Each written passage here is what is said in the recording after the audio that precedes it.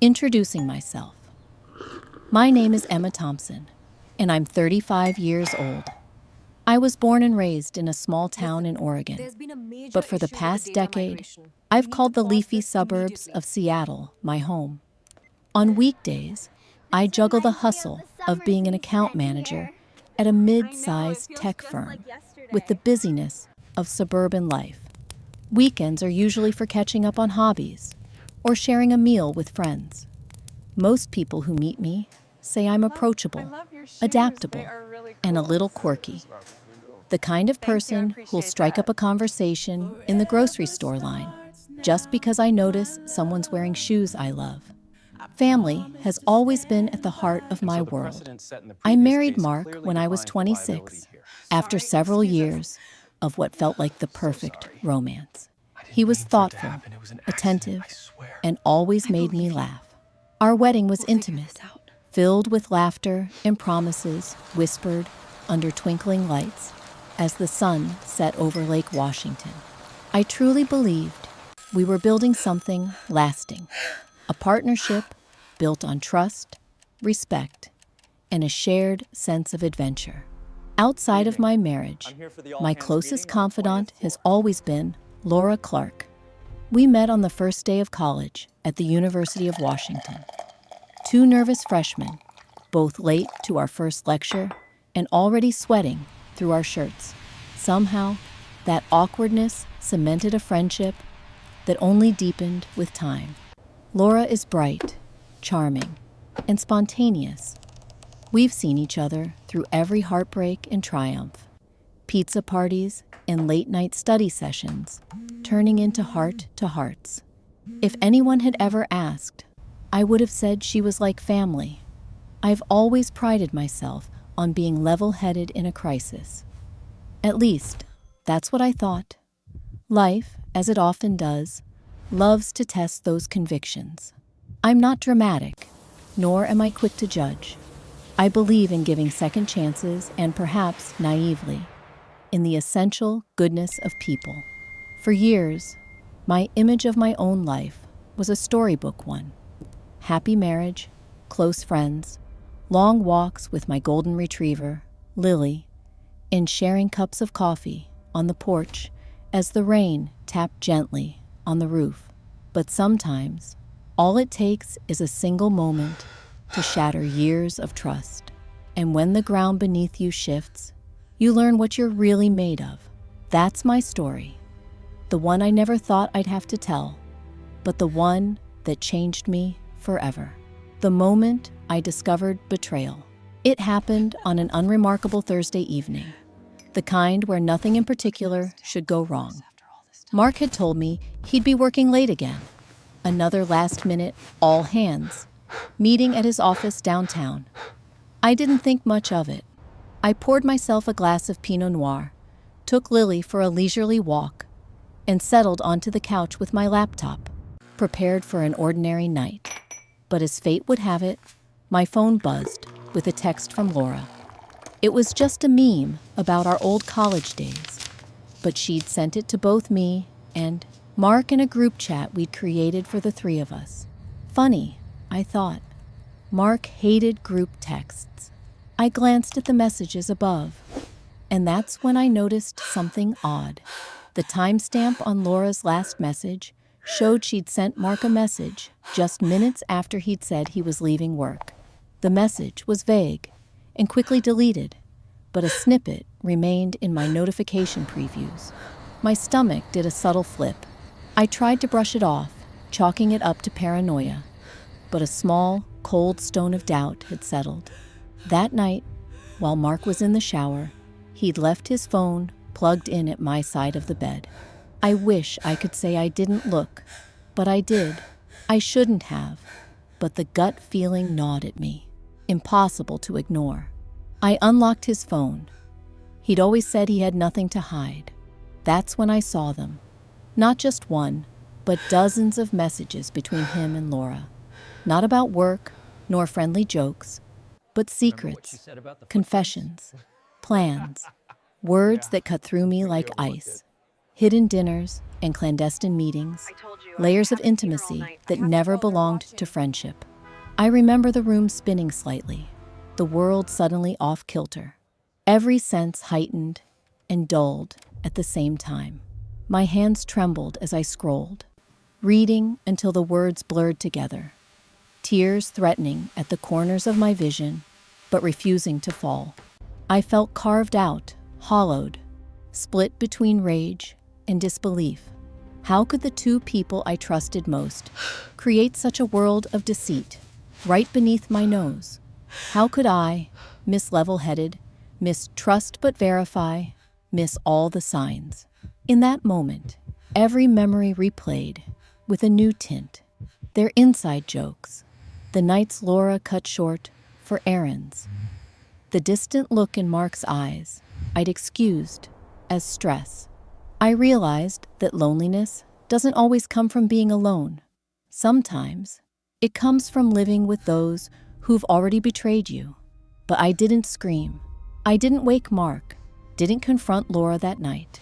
Instead, I wiped my face, put down the phone, and lay in the darkness, Lily's warm breath by my feet, and my whole world crumbling in absolute silence.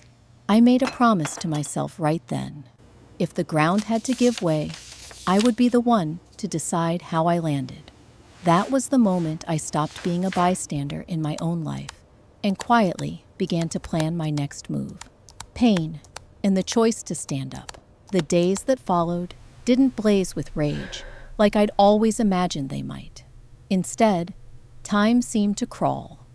I moved through the routines of daily life almost mechanically, making coffee in the quiet kitchen, leaving notes for Mark on the counter, and replying to Laura's texts with feigned normalcy. My body showed up, but my heart was somewhere else entirely, torn between heartbreak and a strange new determination. The pain wasn't just emotional. It felt physical and raw, like being hollowed out from the inside. Eating became hard. Sleep was elusive. Every memory with Mark and Laura replayed itself in my mind, now colored by doubt and disbelief. I kept asking myself, how could I not have seen this coming? Was I truly that naive? The betrayal left me unmoored, and every piece of the life I'd built felt suddenly untrustworthy. But here's the thing about devastation. It makes space. In the aftermath of the shock, between the tidal waves of grief, I discovered a quiet wellspring of resolve I never knew I had. I realized that if I didn't fight for myself now, I'd always be defined by what Mark and Laura did, rather than who I truly am. I didn't want to be the victim in my own story. I wanted to reclaim my dignity, my agency, and even in some stubborn way, my hope. I started seeking out moments just for myself. I took Lily on longer walks than usual, letting the cold Seattle air wake up my senses and clear my head. I joined a yoga class, partly for the distraction and partly for the gentle reminder that breathing was something I still controlled. I met with an old colleague, someone I trusted, and shared just enough to let out some steam without giving away everything. Their quiet support was a lifeline. In the darkness, I began writing in a journal every night, refusing to let my thoughts spiral into bitterness. Instead, I wrote about my anger, my confusion, but also about the simple, good things lingering in my days. The chirping birds in the morning, a neighbor's wave, Lily's soft fur under my hand. Little by little, my words shifted from questioning to planning. What did I want? What kind of closure would make me whole again? And then I made a decision. If Mark could choose deception and Laura could choose betrayal, then I would choose honesty, starting with myself. I resolved to confront them both, not in a haze of rage or tears, but with a calm, unshakable clarity. They had upended my life behind my back, but I deserved to hold the spotlight on their actions. No more hiding, no more secrecy. I needed them to see the pain they caused, Not to punish, but because reckoning was the only way I could move forward. With each passing day, my resolve grew stronger. I stopped mourning the what ifs and if onlys. In their place came practical steps, gathering any evidence I needed, documenting conversations and dates, thinking carefully about how to structure my confrontation. I even met quietly with a therapist who helped me untangle my emotions from their actions and see myself as worthy of healing. I also realized the confrontation wasn't just about Mark or Laura. It was about me taking my narrative back, reclaiming that core of strength I'd always hidden behind a gentle smile. As much as it hurt, this betrayal forced me to confront parts of myself that needed healing. My tendency to always please, my struggle with setting boundaries, my fear of being alone.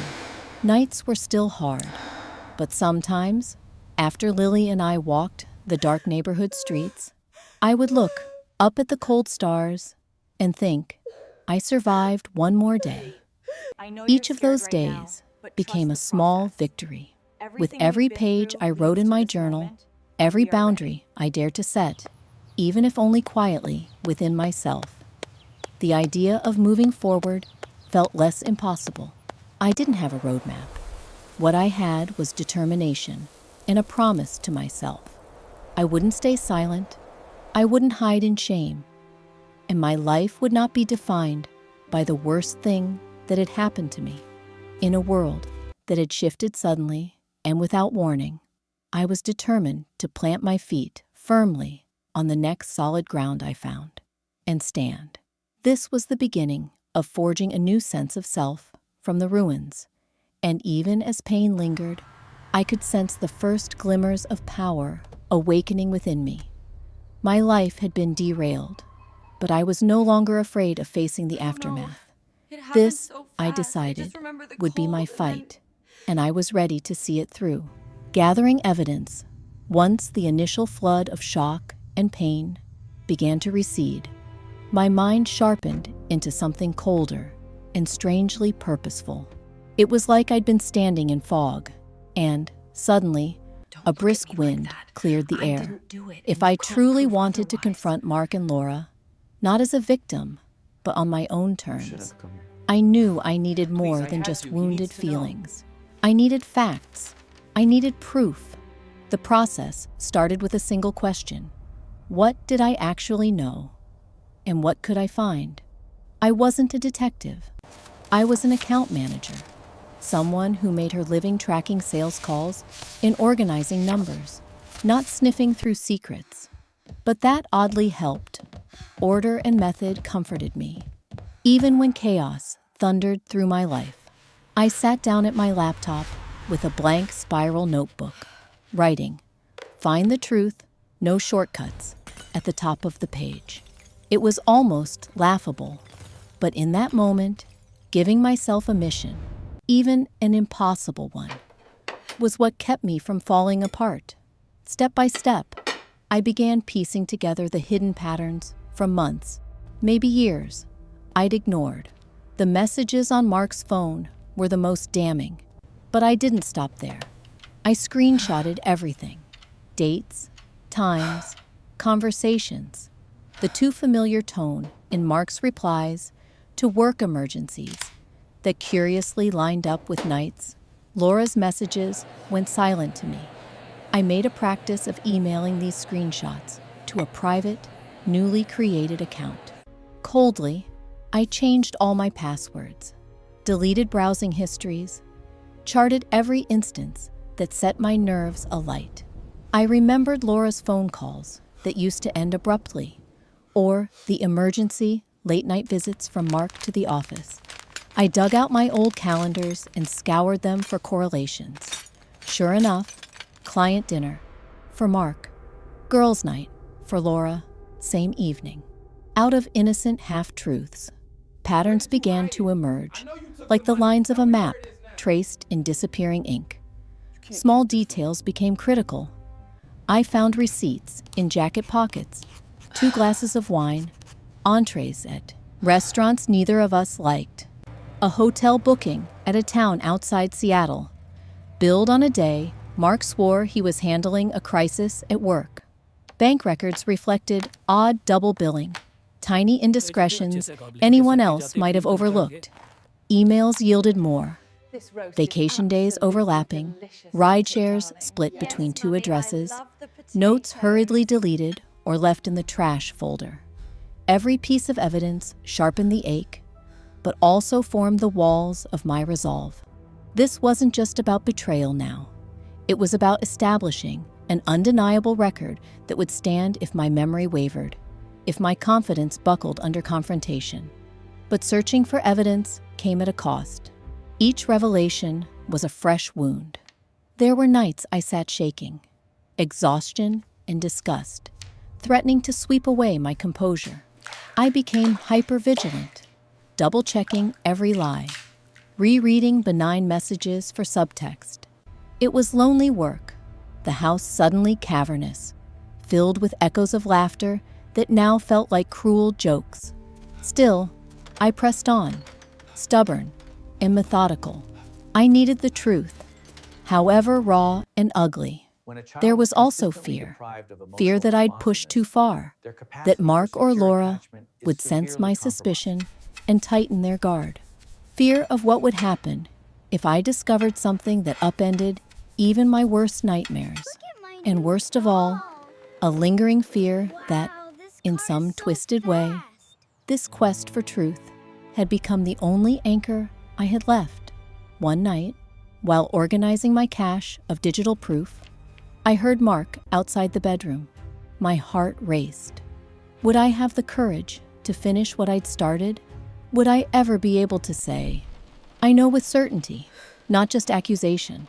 Oddly, the more evidence I gathered, the less I craved vengeance. My hurt transformed into something steadier, a hunger for dignity, closure, and above all, reclamation of myself. I wasn't powerless. Each file saved, each screenshot cataloged, each memo scribbled into my notebook felt like a place where my agency returned. No longer untethered, I was the one setting the terms of how this story would play out. Looking back, I sometimes wonder where I found the strength to keep going. Maybe it was sheer stubbornness. Maybe it was the memory of how it felt to be sidelined from my own life. Or maybe it was the knowledge that someday, no matter what happened with Mark and Laura, I'd be able to look at myself in the mirror and know I didn't let their lies define the end of my story. Gathering evidence wasn't just about preparing for confrontation. It was about rebuilding, slowly and painfully, the person I thought I'd lost. It meant confronting truths I wished had never existed, in making peace with the fact that my world was smaller than I'd believed, but sturdier than I'd feared. In the end, every page in that ugly, bulging file became proof not just of what they'd done, but of what I was capable of once I let go of fear. Exposing the truth, confronting betrayal wasn't something I dreamed up in a rush of cinematic anger, hands trembling as I slammed down receipts or spat accusations across the kitchen table. No, it was quieter, slower, a crescendo built over weeks. Exposing the truth meant not just revealing Mark and Laura's lies, but reclaiming the power they drained away, one secret at a time. My plan unfolded piece by piece, layer by layer, like peeling back old paint to find what the wood beneath had become after years in the dark. I always thought, perhaps from all those movies and books I devoured, that the moment of revelation would be loud, shattering. But life isn't scripted. The days leading up to my confrontation were filled with more anxiety than righteous fury. Each day, I rehearsed what I would say, weighing my words, picturing the looks on their faces, imagining every possible reaction. Would Mark deny it all, play dumb? Would Laura burst into tears? If I gave them a path to escape, would they take it? I settled on something public, but not cruel, honest, but not theatrical. I wanted them to feel the weight of what they'd done. Not to scatter blame, but to force a reckoning neither could wriggle out of. The truth deserved witnesses. And more than that, I deserved to be believed, not dismissed as paranoid or over-emotional. This couldn't just be a private spat or a fleeting tantrum. I envisioned my stand for the truth as a declaration of independence. The confrontation happened on the night of Mark's 38th birthday. Family from both sides were there. His parents, his younger sister, and her fiancé, my own parents who'd flown in from Portland, and a few of our closest friends, including, of course, Laura. It was the first time we'd had everyone gathered under one roof since before the pandemic, and the air buzzed with a peculiar mix of festivity and tension I couldn't quite name. Balloons bobbed from the beams. Someone had hung a hand-drawn "Happy Birthday" banner above the fireplace. I remember watching Mark laugh with his father, Laura passing me a plate of snacks, everyone hiding their worries and hurts under polite party smiles. I felt almost outside myself, a ghost at my own gathering. All the evidence I'd gathered, screenshots, receipts, copied emails, time-stamped logs, had been organized on a discrete flash drive. I'd rehearsed what to say so often I knew it by heart. Still, as the time approached, I found myself trembling, half from anticipation, half from the knowledge that once the truth was out, nothing would ever be the same again. Halfway through dinner, I asked to say a few words. Heads turned, conversation faded. Holding that little flash drive, I walked to the TV, plugged it in, and without preamble, loaded a file named simply The Truth. The first slides were subtle. Emails about work dinners and text messages arranging secret meetings. The room shifted. Chairs squeaked. Faces turned cautiously from Mark to Laura, then to me. No one spoke as the slides grew more damning. Screenshots, side-by-side timelines, pictures of overlapping receipts and geotagged photos. The silence thickened with each new fact. As a final slide, I included a message to Mark and Laura, something I'd rewritten 100 times. I loved you both. I deserved honesty. I turned off the screen. The silence that followed felt like the longest in my life. Not a soul moved at first. Mark went pale, eyes darting from me to his family, mouth slack. Laura looked as if the ground had vanished beneath her, color draining as my parents' gazes flickered toward her. The birthday cake sat untouched on the table, candles flickering. Then the questions came, quietly at first, then like a wave. Is this real? How long? Why didn't you say anything, Mark? Both he and Laura stammered, trying to muster apologies, explanations, something, anything that might stem the shock crashing around them. But my evidence left little room for denial. Mark's mother wept softly. My father clenched his jaw. No one looked directly at Laura. I stood there, heart thudding, a kind of painful pride radiating out through my nerves. I wasn't gloating. God, I felt anything but triumphant. Instead, there was a hollow ache in my chest, the knowledge that I had destroyed the mask keeping peace in our world, but only because they'd forced my hand. Sometimes the only way to let the light in is to break the window yourself. The fallout was immediate. Mark's sister left the table. My mom reached for my hand. Her touch anchored me to the moment. Friends exchanged furtive glances, some already distancing themselves from the spectacle. In the chaos, I found Mark looking at me as if he'd never seen me before. Maybe, finally, he did. Laura tried to approach, her mouth trembling with a whisper of my name. But I held up a hand, stopping her. I needed all of you to know, I said quietly, that this wasn't just a mistake. It was a choice, repeated, deliberate, and hidden from everyone who trusted you. My voice didn't waver. For once, I wasn't trying to soothe or explain or make things easier for anyone but myself. I was there, for the first time, as the protagonist of my own story, no longer the only one left in the dark. By the time people began to leave, the party had fragmented into hushed clusters. Mark retreated upstairs. Laura sat alone on the sofa, shoulders shaking. I accepted every tear, every awkward embrace, every averted gaze. It hurt, unimaginably, but it hurt less than living a lie. That night, after everyone was gone, I sat in the quiet, picking confetti from beneath the couch cushions. I didn't feel relief so much as exhaustion, a kind of peace that only comes from finally having nothing left to hide.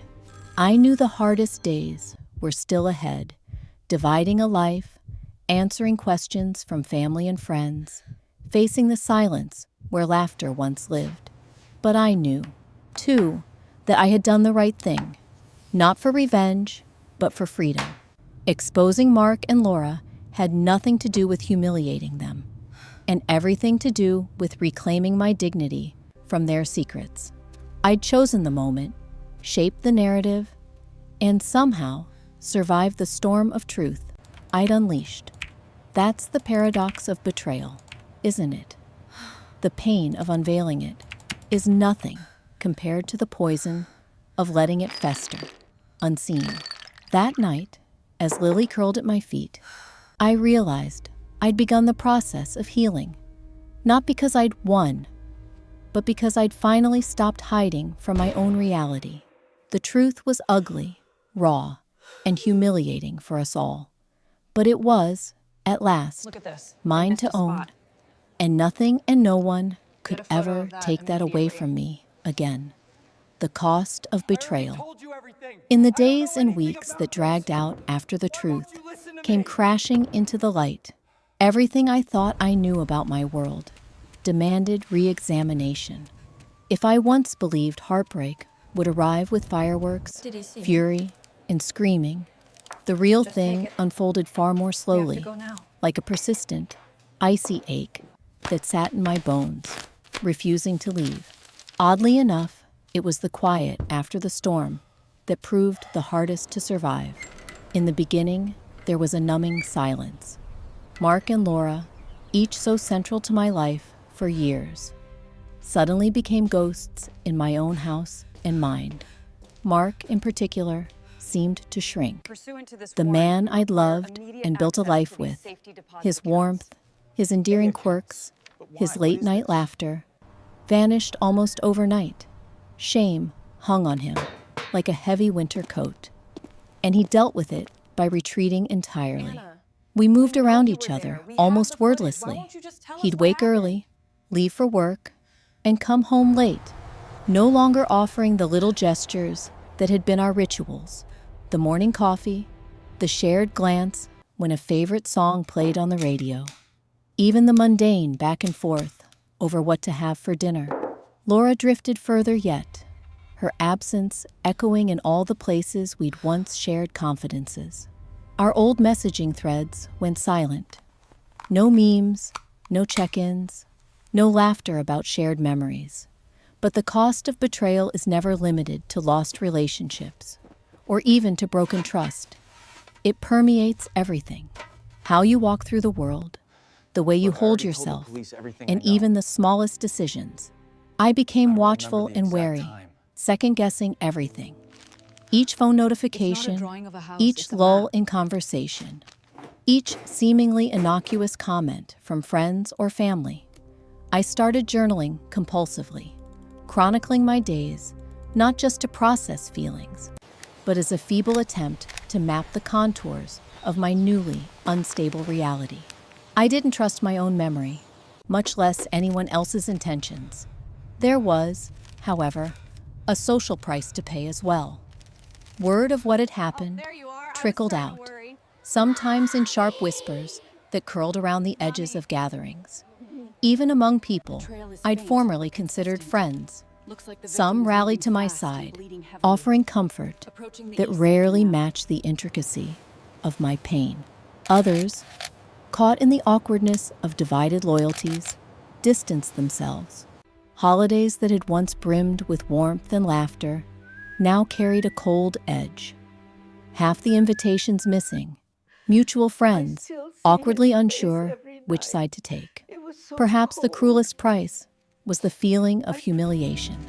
It wasn't just that two people I loved had chosen to betray me.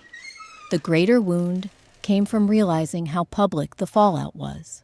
Whispers behind my back, sympathetic but pitying glances at the grocery store. Even phone calls from faraway relatives who wanted all the details. "I'm so sorry, Emma," they'd begin, often with curiosity, thinly veiled behind concern. For a time, I felt marked, embarrassed, not just by the fact that my marriage was ending, but that the fracture was so visible, so raw, so gossip-worthy. Every attempt to redraw boundaries or hold my head up felt like traversing a minefield. Financially, too, betrayal is rarely as neat as the movies suggest. Mark and I had a home together, mortgages and joint accounts, shared investments, and the mundane but inescapable details of a life thoroughly entangled.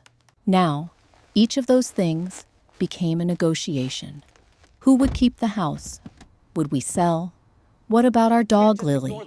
What about the endless, tedious paperwork of unwinding long years of shared existence?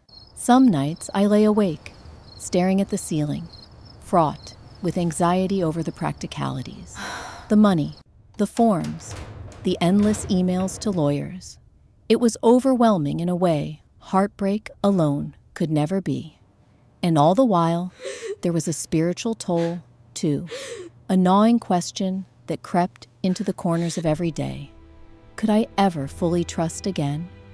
Could I believe in the simple goodness of people? Or would my mind always circle back to suspicion? There was a bitterness to it, a hardening of spirit. Even as I worked to soften those edges, a part of me wondered if innocence was something you could recover, once lost collectively, ripped not just from your heart, but from your worldview. The cost of betrayal, I have learned, is cumulative. It collects at odd angles, in the glass of wine left unfinished on the counter, in the empty chair at the dinner table, in the well-meaning advice from friends urging me to get out there and move on, as if healing was a checkbox or a weekend project. Sometimes the cost arrived as tears at 3 a.m, sometimes as cold resolve, and sometimes, surprisingly, as laughter at the absurdities of my new, untethered life. There were moments when I caught myself smiling, at Lily's wagging tail, at a sunrise on a rare, clear Seattle morning, at the small victories of managing to pay a bill on time or send a difficult email without crumbling. Relationships shifted too.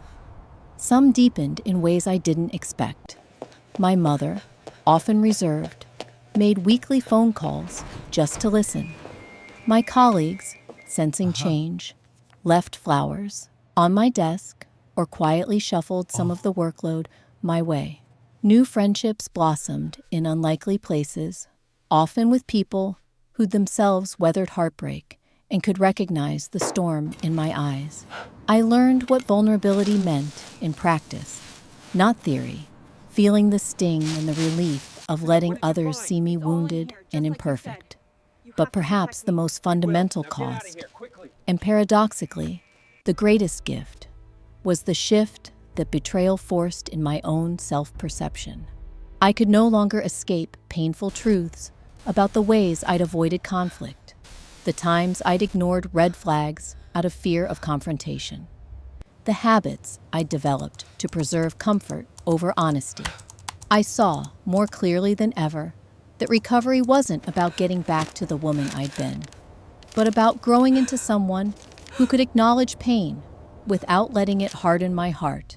I started therapy, not just to work through the grief, but to examine the patterns that had led me here, to better protect the woman I would become next.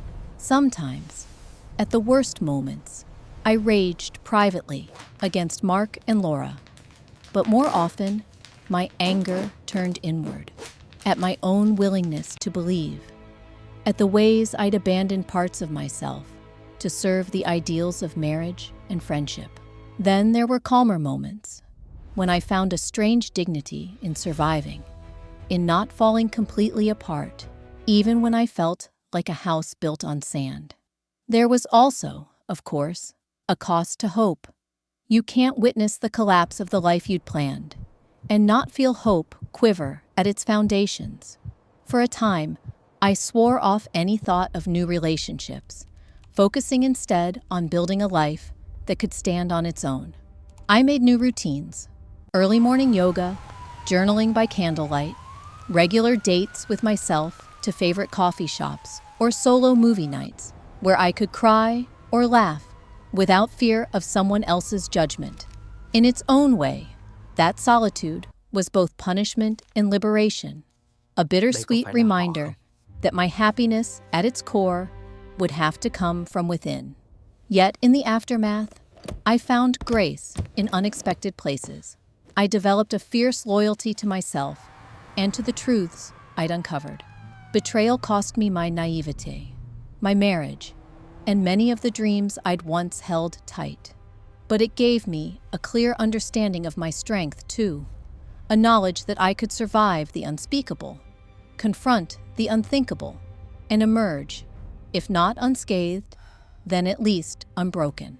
The cost of betrayal, I now realize, is steep and unrelenting, stretching into every corner of your life. But with each price paid, with every painful step, I learned that healing, while slow and often unseen, was quietly taking root beneath the rubble. And for the first time in a long time, I saw that I could build something honest from the ashes, even if that something was simply myself. Rising from the ruins, rebuilding myself after the storm, rebuilding a life after betrayal, isn't a single moment of triumph. It's not a final scene where I walk away in slow motion, wind in my hair, and a new anthem playing in the background. No, what came after was a long, uneven path, littered with reminders of everything that had burned down. But I can say now, as I look back, that it is possible to rise from ruins. Not as the same person, but as someone wiser, maybe a little battered, but infinitely more aware of her own strength. In the earliest days, the ache was relentless.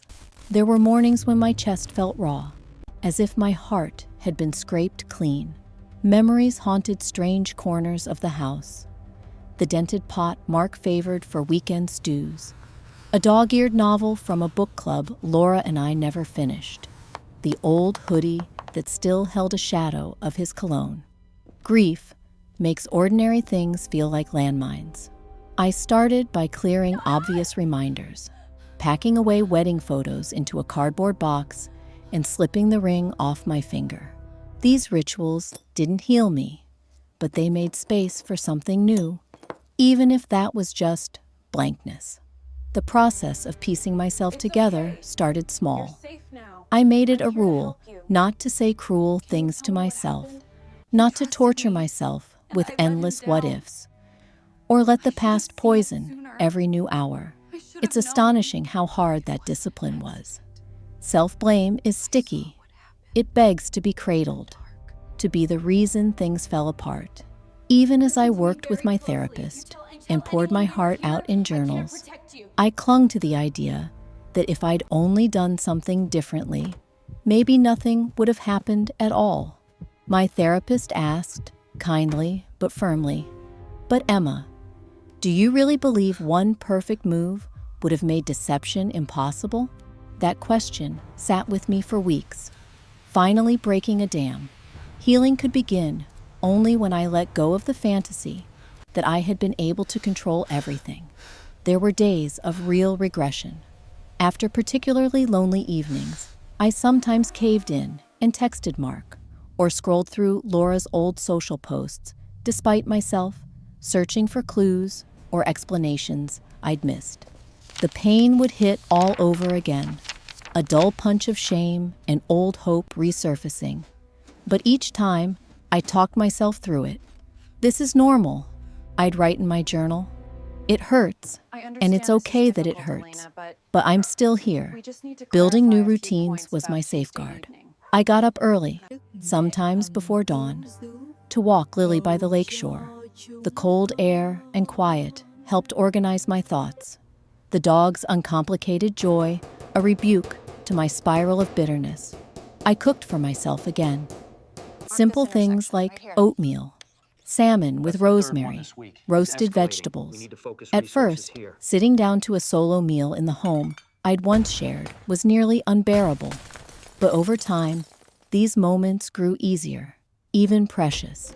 I reclaimed spaces for myself, filling the guest room with plants, turning the garage into a chaotic, half-hearted craft space, painting a wall deep blue just because I could. Coping with loneliness became its own curriculum. Some friends drifted away, unsure how to handle the new, raw version of me. That stung. But I learned to let go. Others stepped forward, often those who knew devastation firsthand. There was something both painful and comforting in realizing how many people have survived heartache, nearly identical to my own. Coffee with my neighbor Mona, whose own marriage had exploded a decade earlier, became a weekly ritual. She never pressed me to move on, but instead listened without judgment, sometimes sharing her own war stories, other times just sitting in companionable silence while we watched ducks paddle by the lake. On other nights, when I felt isolation yawning beneath my feet, I called my mom, not for advice, but just to hear her steady, familiar voice. These connections didn't erase the pain, but they reminded me that love, even fractured or transformed, still existed in my life. Therapy was the space where I learned the most about rebuilding. My therapist challenged me to confront patterns I'd long ignored. My reluctance to make waves, my instinct to swallow hurts rather than create conflict, the way I sometimes made myself small to keep the peace. We talked about boundaries, what they looked like, how they sounded, and what it meant to enforce them, even in the face of discomfort. She encouraged me to write letters I'd never send, to Mark, to Laura, even to myself at various stages of our relationships. Writing these, my hands often shook, but my voice grew clearer with each page. I forgive you. I release you. But I don't owe you reconciliation, I once wrote to Mark, the ink blurring where my tears fell. As the seasons changed, so did I. There was no grand epiphany, but 100 quiet moments where things shifted. I realized I no longer checked my phone with dread. I stopped timing my grocery runs to avoid bumping into Laura. I bought myself a new throw blanket, laughing at its outrageous pattern, with zero care about anyone else's taste. These moments were tiny, but profound victories, evidence that my world, though forever altered, could stretch to accommodate new joy.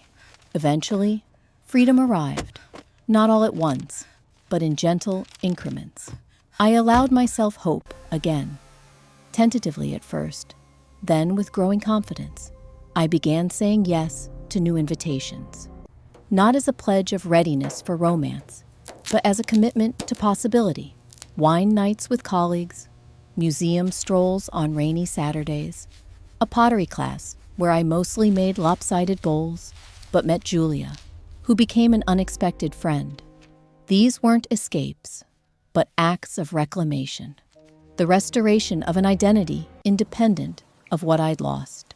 One of the bravest steps was facing forgiveness, not forgiving Mark and Laura for their betrayal, not immediately, anyway, but forgiving myself for my perceived naivety, for staying too long, for all the ways I thought I'd failed to safeguard my own heart. I wrote a list of things I was proud of. My resilience, my ability to keep showing up for work, friends, and myself, my willingness to seek help. I learned to accept that it was both okay to wish things had been different and necessary to stop scripting alternate timelines. There were setbacks, bouts of anger or longing, nights plagued by dreams, where everything was fine, only to wake up with that familiar ache echoing in my chest. On some level, I understood that emotional pain leaves scars, and those scars ache from time to time. Sometimes that's just how healing works. With time, rituals became anchors. I started running, just a little at first, then further. The rhythm of my feet and the wash of endorphins created a kind of meditative healing I hadn't anticipated. Journaling remained a lifeline, recording not just hurts, but also gratitudes, new goals, and tiny acts of bravery. I began volunteering at an animal shelter, moved by the optimism of rescued dogs and cats, their uncomplicated faith in new beginnings echoing something I desperately wanted for myself. Financial and legal matters, too, required fortitude.